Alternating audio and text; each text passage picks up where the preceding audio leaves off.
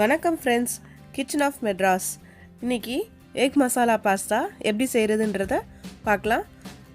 Video ஃபுல்லாக பாருங்கள். பிடிச்சிருந்துச்சுன்னா லைக், ஷேர், கமெண்ட் பண்ணுங்கள். மறக்காமல் சப்ஸ்கிரைப் பண்ணிவிடுங்க. ஃபேஸ்புக் பேஜையும் ஃபாலோ பண்ணிவிடுங்க. நான் அப்போ தான் வீடியோஸ் போடுறப்பெல்லாம் நோட்டிஃபிகேஷன் உங்களுக்கு வரும். வாங்க வீடியோக்குள்ளே போகலாம். எப்படி செய்கிறதுன்றதை பார்க்கலாம். ஃபஸ்ட்டு பாஸ்தாவை வேக வச்சிடலாம். பாஸ்தா எனக்கு 10 நிமிஷம் ஆகும் வேகிறதுக்கு. என்னோட பிராண்டில் போட்டிருந்தது. அவங்கவுங்க என்னென்ன எப்படி வேக வைக்கணும்னு போட்டிருக்கோமோ அந்த மெத்தடில் நீங்கள் வேக வச்சுருங்க. வேக வைக்கும்போது நீங்கள் சால்ட் ஆட் பண்ணிவிடுங்க. 1 ஸ்பூன் எண்ணெயும் ஊற்றிடுங்க. இப்போ நான் பாஸ்தாவை போட்டு நல்லா வேக வச்சிடுறேன். பாருங்கள், இப்படி கட் பண்ணோன்னா கட் ஆகணும். இப்போ பாஸ்தா நல்லா வெந்துருச்சு பாருங்கள். இப்போது மசாலா எப்படி ரெடி பண்ணுறதுன்னு பார்க்கலாம். எண்ணெய் காஞ்சதும் வெங்காயத்தையும் தக்காளியும் நல்லா வதக்கிடலாம். ஃபஸ்ட்டு வெங்காயம் வதங்கினதும் தக்காளி போட்டுருங்க. தக்காளி வதங்கினதும் இஞ்சி பூண்டு பேஸ்ட்டு போட்டுருங்க. நல்லா வதங்கட்டும். வதங்கினதும் உப்பு சேர்த்துருங்க. மிளகாய்த்தூள் 1 ஸ்பூன். இது சீரகத்தூள் நான் 1/2 ஸ்பூன் போட்டிருக்கேன். கரம் மசாலாவும் ஒரு 1/2 ஸ்பூன் போட்டிருக்கேன். போட்டு நல்லா மிக்ஸ் பண்ணிவிடுங்க. நல்லா எப்படி நல்லா வெந்து போயிருக்கு பாருங்கள். தக்காளி சாஸ் நான் ஊற்றிருக்கேன்.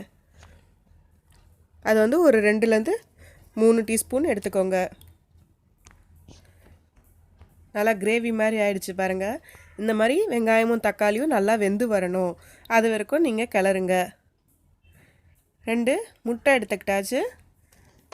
அந்த நம்ம செஞ்ச தொக்கை ஓரமாக தள்ளிட்டு 2 முட்டையை உடச்சி ஊற்றிடுங்க.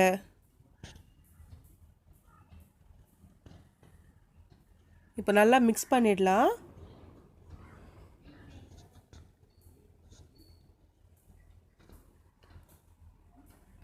அதுதான் எல்லாத்தையும் ஒன்றா மிக்ஸ் பண்ணிவிடுங்க. முட்டையும் இந்த கிரேவியும் ஒன்றா மிக்ஸ் பண்ணதுக்கப்புறமா இப்போ நம்ம பாஸ்தாவை சேர்க்க வேண்டிய நேரம் வந்தாச்சு.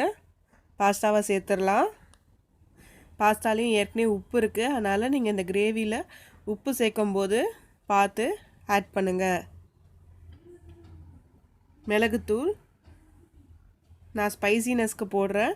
வேணுன்றவங்க ஆட் பண்ணலாம், வேணான்றவங்க விட்டுடலாம்.